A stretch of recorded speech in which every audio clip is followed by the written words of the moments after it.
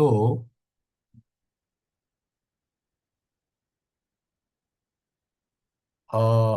We had a discussion yesterday నిన్న questions చెప్పుకునేటప్పుడు we had a question biggest of two. Okay, అవన్నీ మీరు చేసి ఉంటారు. Biggest of three, for example int a comma B comma C. ఇప్పుడు ఈ మూడింటిలో పెద్దది ఏది అని కనుక్కోవాలనుకోండి, ఎలా ట్రై చేశారు? ట్రై చేశారా? మీకు అర్థమైందా? యా నవ్య, తబస్సం.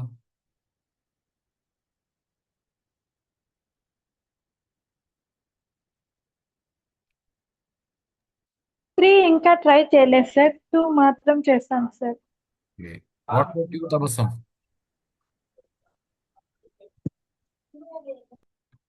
యా Sameena, sir, biggest of three try చేశారా లేదా? ట్రై చేశా సార్. ఐడియా వచ్చిందా? Yes sir. ఎలా చేశారు?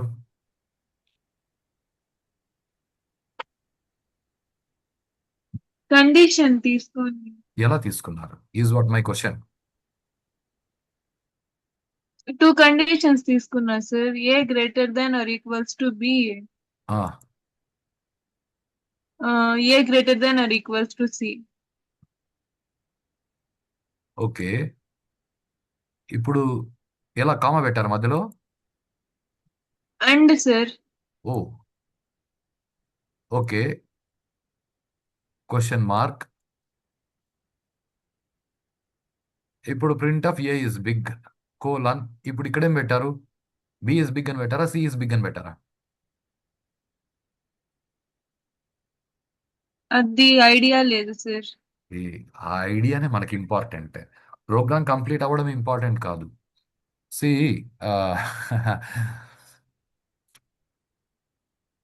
బయట ప్రపంచం నిజంగా సరిగా లేదు.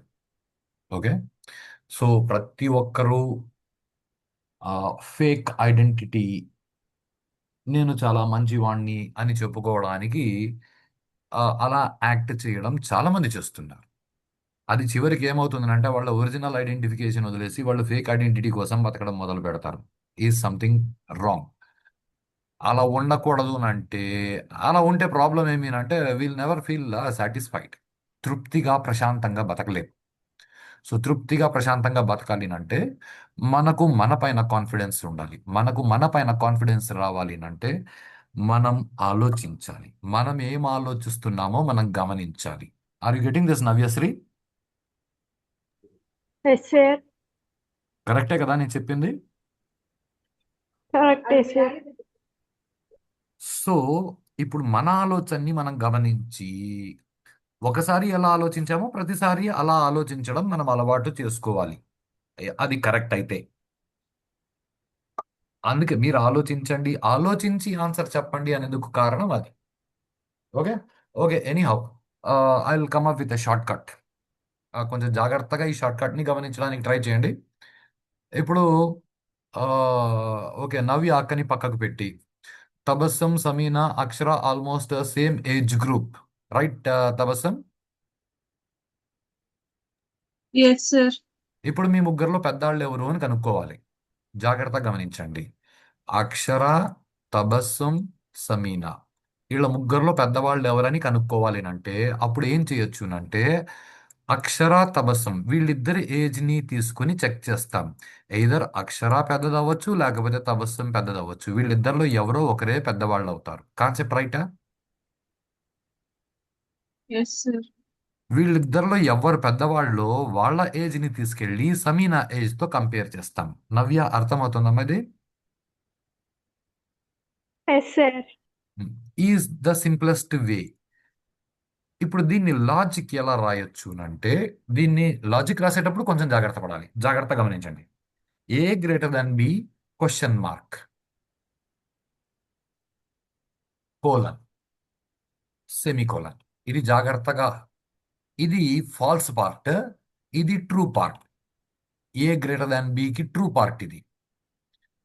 ఇది ఏ గ్రేటర్ దాన్ బికి ఫాల్స్ పార్ట్. ఇప్పుడు A greater than B true అయిందంటే అర్థం ఏమి? యా నవ్య?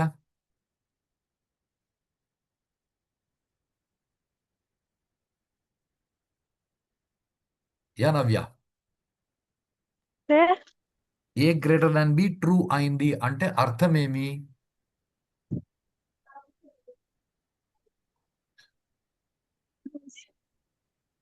Okay, I again repeat. ఇప్పుడు అక్షర తబస్సం వీళ్ళిద్దరిలో పెద్దవాళ్ళు ఎవరు అని మనం చెక్ చేస్తాం. ఇప్పుడు వీళ్ళిద్దరిలో అక్షర పెద్దదనుకోండి, తబస్సంతో మనకు ఓకే పని లేదు. సార్. తబస్సంని పక్కకు పడేస్తాం. అక్షర వయసుని తీసుకెళ్లి సమీనా వయసుతో కంపేర్ చేస్తాం. ఇప్పుడు అక్షర ఓకే. తబస్సంలో తబస్సం పెద్దదనుకోండి, అప్పుడు అక్షరాన్ని పక్కకు తోసేసి తబస్సం ఏజ్ ని సమీనా ఏజ్ తో కంపేర్ చేస్తాం. Okay sir. ఇది అర్థమైందా లాజిక్? Yes sir. ఇది అర్థమైతే ఇప్పుడు ఏ గ్రేటర్ దాన్ బి అనేది ట్రూ అయింది అంటే అక్షర గ్రేటర్ దాన్ తబస్సం అనేది ట్రూ అయింది అంటే అర్థమేమి?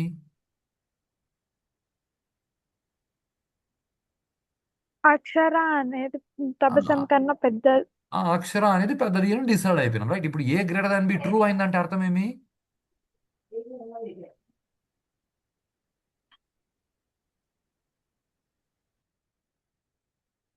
యా. అక్షర గ్రేటర్ దాన్ తబస్సం ట్రూ అయింది అంటే అక్షర పెద్దది. మరి A greater than B true అయిందంటే అర్థమేమి నవ్య?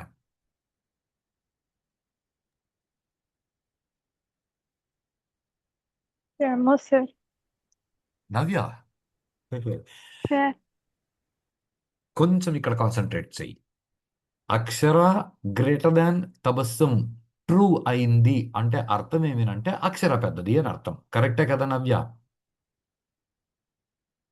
Yes sir. మరి A greater than B true అయిందంటే అర్థం ఏమి?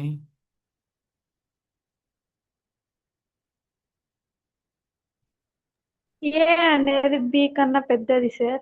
అంతే. ఏ అనేది బి కంటే పెద్దది, కాన్సెప్ట్ రైటా?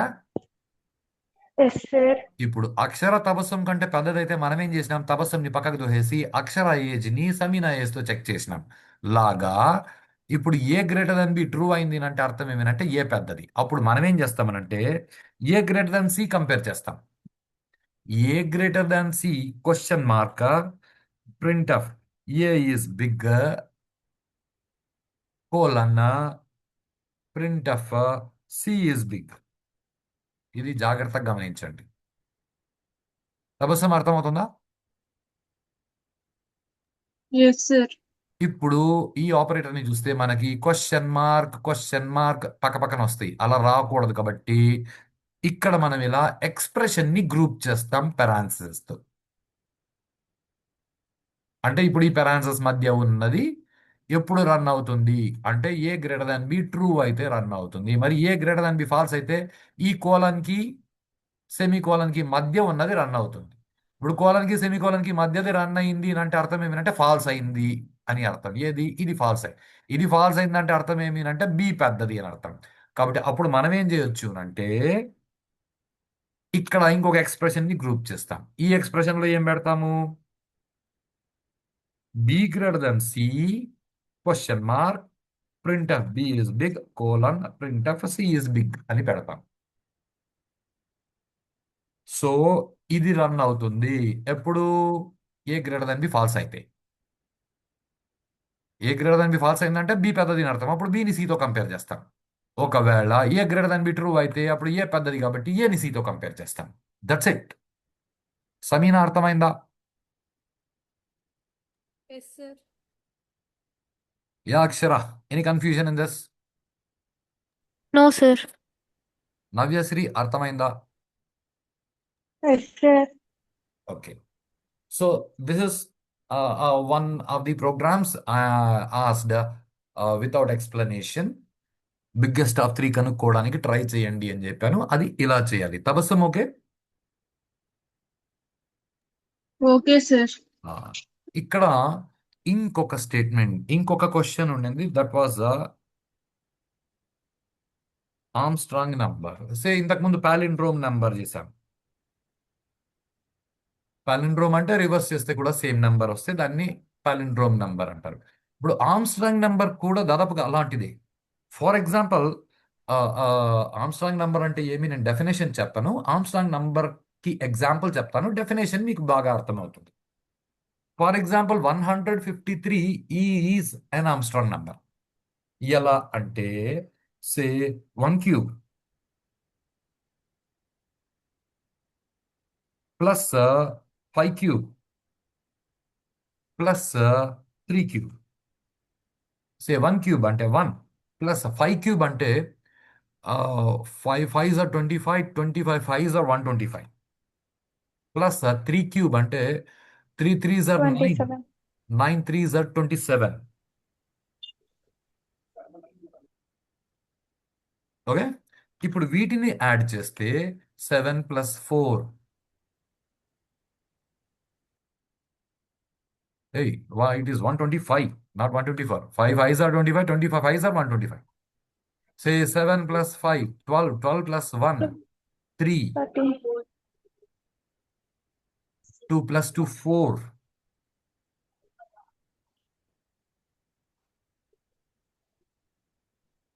Yeah, that is actually 13. Right? 2 + 2 is 4, 4 + 1 is 5, and 1. Say ఒక 3-digit నంబర్ని తీసుకుంటే ఇది జాగ్రత్తగా వినండి. మామూలుగా ఏం చెప్పేస్తారు అని అంటే ఆమ్స్ట్రాంగ్ నంబర్ అంటే 3-digit నంబర్ దగ్గరే ఆగిపోతారు. 153 ఒకటే మాట్లాడతారు. ఆమ్స్ట్రాంగ్ నంబర్ అంటే some of cubes of each digit equal to the same number అయితే అది ఆమ్స్ట్రాంగ్ నంబర్ అని చెప్తారు. అది తప్పు కాదు, అది కరెక్టే, కానీ అది హాఫ్ స్టేట్మెంట్ మాత్రమే. Say it is sum of cubes of each digit equal to the same number for a 3-digit number, then it is Armstrong number. For 2-digit number, అది squares of sums of each digit. అదే 4-digit number అయితే some of powers of 4 అవుతుంది. ప్రస్తుతానికి మనం 3-digit నెంబర్తో మాత్రమే పనిచేస్తాం. నవ్యశ్రీ, అర్థమైందా? Yes, sir. సో ఇప్పుడు దీన్ని ఎలా చేయొచ్చు అంటే same int NTR X ask user printf enter number scanf into N Tabassum. Okay, Yes, sir. Then you say X is equal to N ముందుగా కాపీ చేసి పెట్టుకోవాలి. Say R is equal to 0.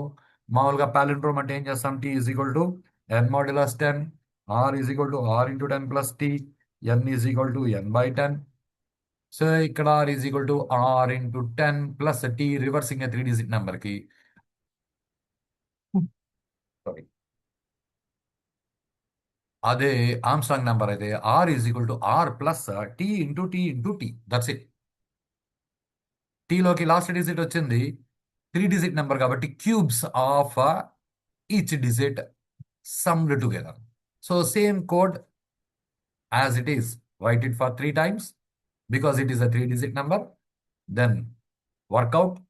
Say x original number x లో ఉంది, n modify చేసాము. X is equal to r question mark print of అది Armstrong number colon print of అది not Armstrong number.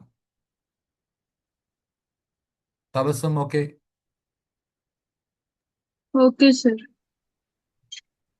Yes Shilpa, why so late Shilpa?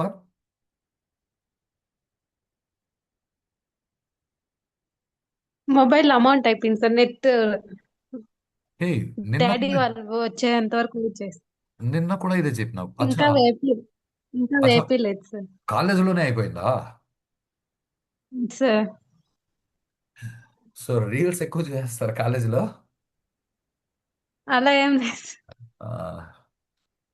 Right, okay. So Akshara, okay this concept? Yes, sir. Okay, now getting on to further yesterday's topic. Yesterday we were with the branching.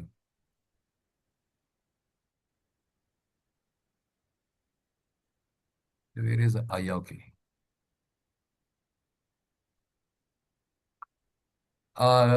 తబస్సం, ఈ concepts అన్ని అర్థమైనాయి. If కి semicolon పెడితే all these become independent statements.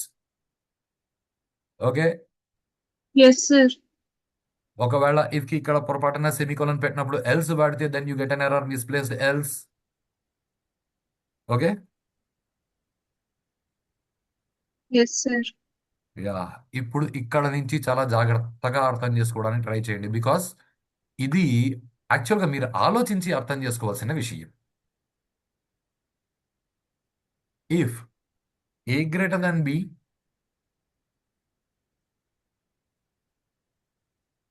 Print of A is big,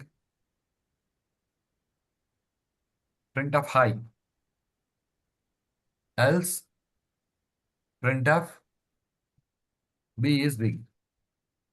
okay, ఇప్పుడు A value, B value. 5 10 ఇస్తే ఏమొస్తుంది? 10 5 ఇస్తే ఏమొస్తుంది?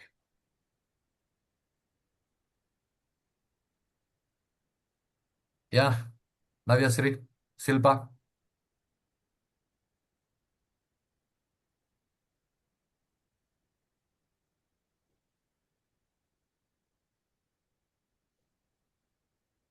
యా అక్షర,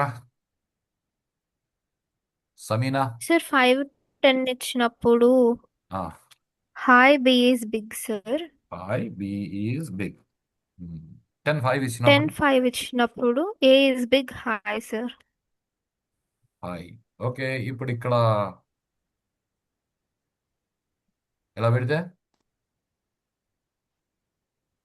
ఇప్పుడు 5 10 ఇచ్చినప్పుడు ఏమొస్తుంది?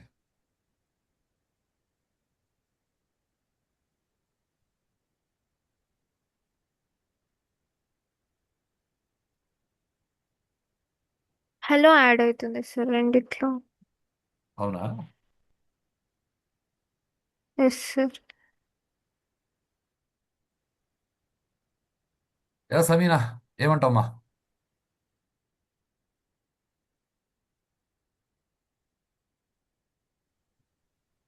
హలో వస్తుంది సార్. సమీనా बिल्कुल आवाज नहीं आ रहा यार. అంతే సార్. ఓకే, శిల్ప అక్క. సార్ ఇక్కడ కింద ఏ ఈజ్ బిగ్ పక్కన హలో ఏ ఈజ్ బిగ్ వస్తుంది. వావ్. యా నవ్యశ్రీ.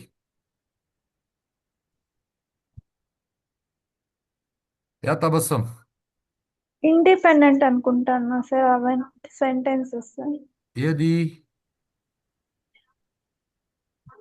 రెండు సార్. ఏ రెండు?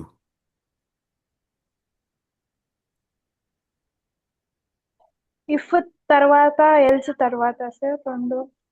అలా ఎలా అవుతుంది? ఇక్కడ సెమీకోలన్ పెడితే అది ఇండిపెండెంట్ అవుతుంది, అక్కడ సెమీకోలన్ పెట్టలేదు కదా.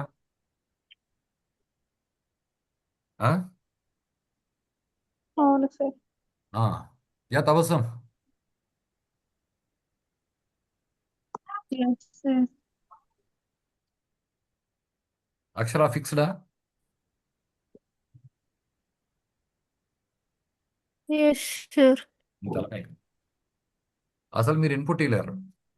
నవ్య అక్క ఇండిపెండెన్స్ స్టేట్మెంట్ అనేది కాస్త జాగ్రత్త గమనించండి. ఏది ఇండిపెండెన్స్ స్టేట్మెంట్ నవ్య?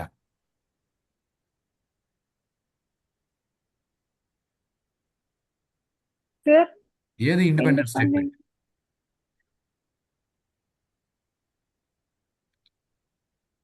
ఎల్స్ తర్వాత అనుకుంటా సార్. ఏది ఇదా? Yes sir. అలా ఎలా ఇండిపెండెంట్ అయింది?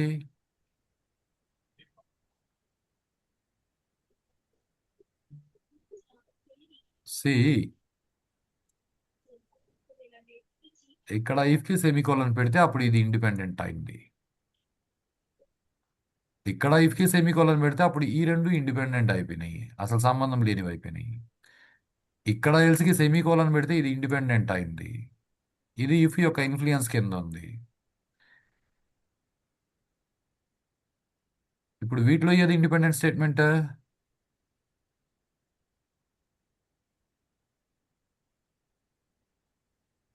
హలో యా అక్షర, ఎస్ సార్. వీటిలో ఇండిపెండెంట్ స్టేట్మెంట్ ఏది? Sir print hi of hello hello sir. కదా, ఎందుకు ఇది ఇండిపెండెంట్ అయింది?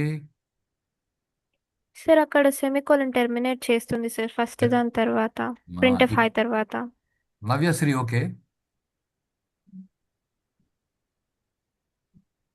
Okay sir. ఇది మాత్రమే ఇండిపెండెంట్ స్టేట్మెంట్, ఇది ఇండిపెండెంట్ స్టేట్మెంట్ కాదు. Okay, okay sir. ఇప్పుడు ఇది ఇండిపెండెంట్ స్టేట్మెంట్ ఎందుకంటే ఇక్కడ సెమికోలన్ ఉంది కాబట్టి. ఇక్కడ ఈ రెండు ఇండిపెండెంట్ స్టేట్మెంట్స్ ఎందుకంటే ఇక్కడ సెమికోలన్ ఉంది కాబట్టి. ఇక్కడ ఇది ఇండిపెండెంట్ స్టేట్మెంట్ ఎందుకంటే ఇక్కడ సెమికోలన్ ఉంది. అరే ఇక్కడ ఇండిపెండెంట్ స్టేట్మెంట్ పెడితే మనకి ఎర్రర్ వచ్చింది కదా. Yes sir. ఎప్పుడు ఇండిపెండెంట్ స్టేట్మెంట్ పెడితే ఎర్రర్ వచ్చింది?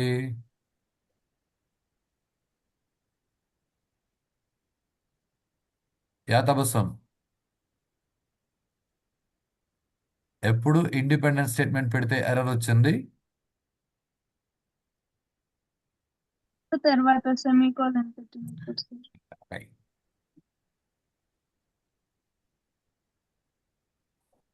The statement before else must be under influence of if. Else కంటే ముందున్న స్టేట్మెంట్ ఇఫ్ యొక్క ఇన్ఫ్లుయెన్స్ కింద ఉండాలి. ఎల్స్ కంటే ముందున్న స్టేట్మెంట్ ఎల్స్ ముందున్న స్టేట్మెంట్ ఇఫ్ యొక్క ఇన్ఫ్లుయెన్స్ కింద ఉంటే నో ప్రాబ్లం, ఎర్రర్ రాలా, ప్రోగ్రామ్ రన్ అయింది. అదే ఎల్స్ కంటే ముందున్న స్టేట్మెంట్ ఇఫ్ యొక్క ఇన్ఫ్లుయెన్స్ కింద లేకపోతే ఎర్రర్ వచ్చింది. నవ్యశ్రీ కరెక్టేనా? Yes sir. ఆ, ఇప్పుడు ఆ రెండింటిని కలిపి ఇక్కడ తీసుకురండి. ఎల్స్ ముందు ఏముంది? ఇఫ్ ఉంది సార్. ప్రింట్ ఆఫ్ హై ఉంది. Okay, yes sir. Printf hi if యొక్క ఇన్ఫ్లుయెన్స్ కింద ఉందా?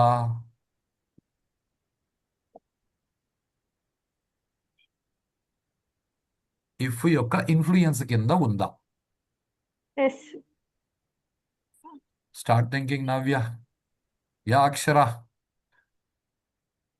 Sir printf hi if యొక్క ఇన్ఫ్లుయెన్స్ కింద ఉందా? లేదు సార్. యా ఎందుకు లేదు? కింద కదా ఉంది. సార్ దాని ముందున్న ప్రింట్ఎఫ్ కి టెర్మినేట్ చేసేసినాం సార్ సెమికోలన్ పెట్టి. నవ్య అక్క ఓకే. Yes sir. అంటే ఈ సెమీకోలన్ దగ్గర ఇఫ్ యొక్క ఇన్ఫ్లుయెన్స్ ఆగిపోయింది కాబట్టి ఈ ప్రింట్ ఆఫ్ ఇండిపెండెంట్ స్టేట్మెంట్ అయింది. ఇప్పుడు ఎల్స్ ముందు ఇండిపెండెంట్ స్టేట్మెంట్ పెడితే ఏమవుతుంది?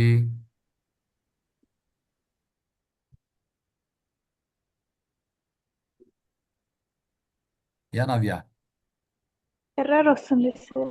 ఏం ఎర్రర్ వస్తుంది? Misplaced else sir. అది కథ. అంటే ఇప్పుడు మిస్ప్లేస్డ్ ఎల్స్ ఎర్రర్ రావడానికి కారణం ఇఫ్ కి సెమీకోలన్ పెట్టడమా? నో. ఇఫ్ కి సెమీకోలన్ పెడితే మిస్ప్లేస్డ్ ఎల్స్ ఎర్రర్ వస్తుందా?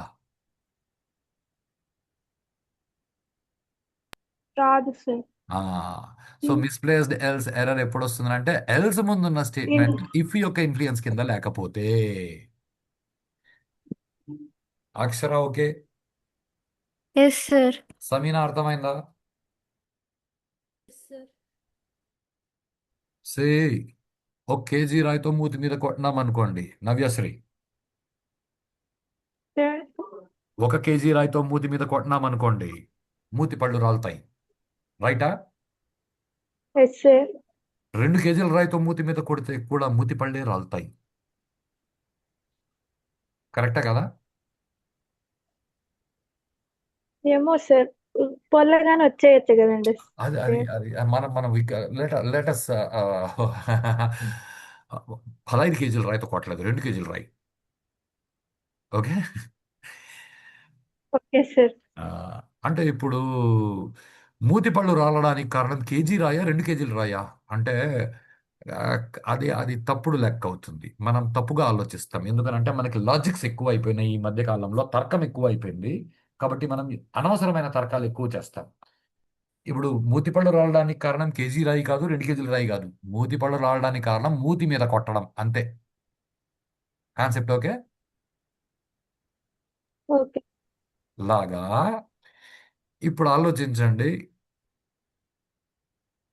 మిస్ప్లేస్డ్ ఎల్స్ ఎర్రర్ రావడానికి కారణం ఏమిటంటే ఇఫ్కి సెమికోలన్ పెట్టడం కాదు, ఎల్స్ ముందున్న స్టేట్మెంట్ ఇఫ్ యొక్క ఇన్ఫ్లుయెన్స్ కింద లేకపోవడం. ఆ లేకపోవడం ఏదో ఇఫ్కి సెమికోలన్ పెడితే పొరపాటున జరగవచ్చు, లేదా ఇఫ్ కింద 2 స్టేట్మెంట్లు పెడితే కూడా జరగవచ్చు. కాన్సెప్ట్ రైటా?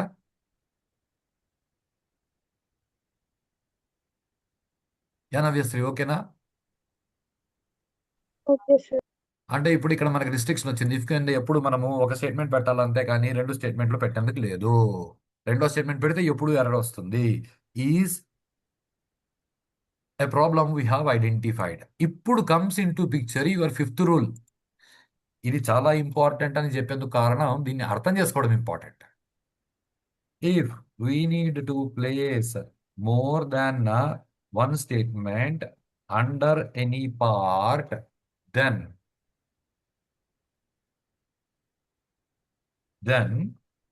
we must group them using braces.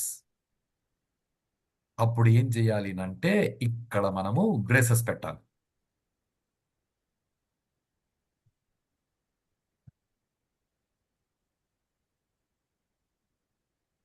Okay, ఇప్పుడు ఇక్కడ సొల్యూషన్ ఏమి?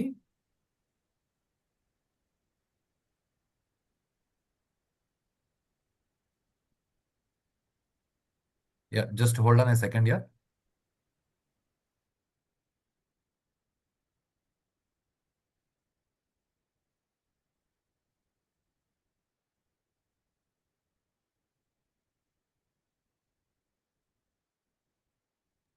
యా సో సో దీనికి solution what you are suppose to do is put braces here. Navyasri okay? Okay sir. జాగ్రత్త పడాల్సింది మీరే. ఎందుకు అంటే మిగతా అక్షర కానీ సమీనా కానీ తబస్సుం కానీ వాళ్ళకి ఇఫ్ ఎల్స్ కొత్త కాబట్టి వాళ్ళు ఇలా నేర్చుకుంటూ కరెక్ట్గా ముందరికి వెళ్ళిపోతారు.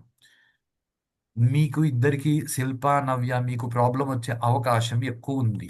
ఎందుకునంటే ఎందుకునంటే నవ్ స్టార్ట్ అబ్జర్వింగ్. ప్రాబ్లం ఎలా వస్తుంది కాలేజ్లో చెప్పేటప్పుడు if else, if condition opening brace, statement closing brace, else opening brace, statement closing brace అనే నేర్పిస్తారు. కరెక్టే కదా నవ్య? కరెక్టే సార్. సింగిల్ స్టేట్మెంట్ ట్రూ ఉంటే అయితే సింగిల్ స్టేట్మెంట్ ఉంటే బ్రేసెస్ అవసరం లేదు. మోర్ దెన్ వన్ స్టేట్మెంట్ ఉంటే బ్రేసెస్ వాడాలి. ఎందుకంటే braces are use for grouping. అది ప్రాబ్లం. Okay, okay sir. అక్షరార్థం అవుతుందా? Yes sir. ఇప్పుడు నేను దీన్ని 2 రోజులు 3 రోజులు సాగదీసి చెప్పడానికి కారణం జాగ్రత్తగా గమనించండి. ఓకే, మీకు కాలేజీలో చెప్పినారు, మీరు నేర్చుకున్నారు, ఏదో అలవాటు పడింది.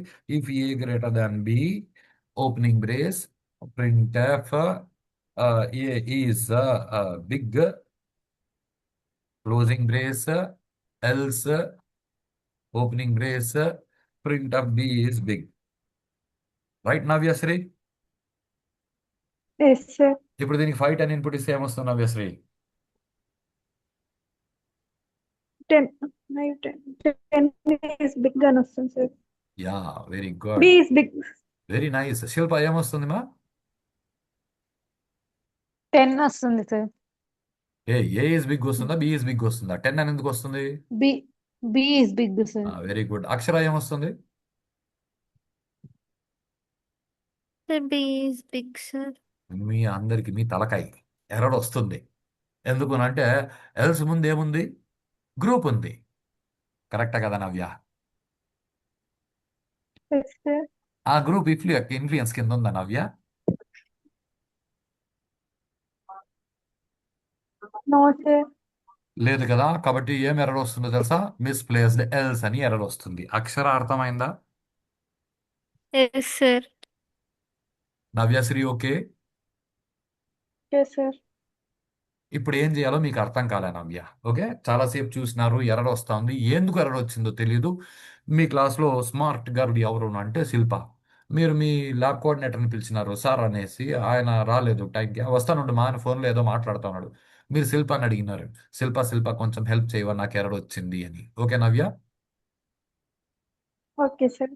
శిల్ప వచ్చి, Shilpa is a good programmer. Okay, Shilpa వచ్చి ఏంది బా సెమికోలన్ పెట్టినావు అనింది. So you came to a conclusion if పక్కన సెమికోలన్ పెట్టకూడదు. దానికి కంటిన్యూషన్ శిల్ప ఏం చేసింది అంటే ఇదంతా అనవసరం బా అని తీసేసింది. ఇప్పుడు దీన్ని రన్ చేస్తే రన్ అవుతుందా కదా నవ్య? అవుతుంది sir. So Navya will come to a conclusion if పక్కన సెమీకోలన్ పెట్టకూడదు, బ్రేసెస్ పెట్టకూడదు. ఎందుకంటే రన్ అయింది కాబట్టి కంక్లూజన్కి వచ్చేసినాం, బాగానే ఉంది. రేపు పొద్దున్నే ఇదే ప్రోగ్రామ్ రాస్తాం, ప్రింట్ ఆఫ్ హాయ్, ఇప్పుడు మళ్ళీ ఎర్రర్ వస్తుంది. ఏం చేయాలో అర్థం కాదు. ల్యాబ్ కోఆర్డినేటర్ని పిలిస్తే ఆ వస్తానుండు అన్నాడు. 2 నిమిషాలు 3 నిమిషాలు 5 నిమిషాలు ఓపిక పట్టి విసుగొచ్చి శిల్ప శిల్ప ప్లీజ్ అని అడిగింది నవ్య. శిల్ప వచ్చి చూసి ఏందిబ్బా నువ్వు విసిగిస్తావు, ఇక్కడ బ్రేసెస్ పెట్టు అనింది. Okay Navya, okay sir. ఇప్పుడు నవ్య కమ్ టు కంక్లూజన్, బ్రేసెస్ పెట్టాలి. ఎప్పుడు పెట్టాలి అంటే శిల్ప చెప్పలేదు. ఏంది బా బ్రేసెస్ పెట్టాలి, విసిగిస్తావు బా నువ్వు, సరిగా నేర్చుకో అనేసి శిల్ప వెళ్ళిపోయి తన ప్రోగ్రామ్ చేసుకుంటుంది. Navya will come to a wrong conclusion that braces పెట్టాలి ఎప్పుడు అంటే ఎర్రర్ వస్తే. మరి బ్రేసెస్ పెట్టినప్పుడు ఎర్రర్ వస్తే బ్రేసెస్ తీసి, ఎ రాంగ్ కంక్లూజన్. కరెక్టా కదా? Correct sir.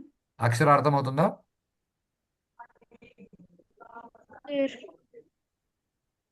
అక్షర ఈ సీన్ అర్థమైందా లేదా? Yes sir. శిల్ప అక్క ఓకే. Okay sir.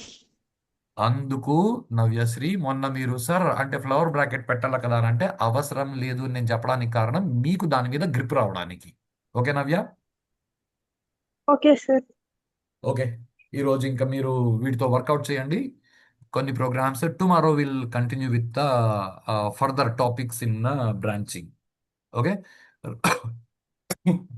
రేపు ఎల్లుండి ఒక 2 రోజులు ఈ ఇఫెల్స్ కంప్లీట్ చేసిన తర్వాత I do a think I start up with పైథాన్ని కొంచెం టచ్ చేస్తాను. ఒక 2 రోజులు పైథాన్ చెప్తాను కంపేర్ చేస్తూ. Okay Navya? Okay sir. So ఒక 2 days పైథాన్ టచ్ చేసి ఆ తర్వాత మీరు సిలో ఏం ప్రోగ్రామ్స్ చేస్తారో పైథాన్లో కూడా అవే చేయొచ్చు. ఓకే, కోడింగ్ మీద కొంచెం గ్రిప్ వస్తుంది. రైట్ సమీనా? ఓకే, చలో have a good great programming now. Will meet tomorrow.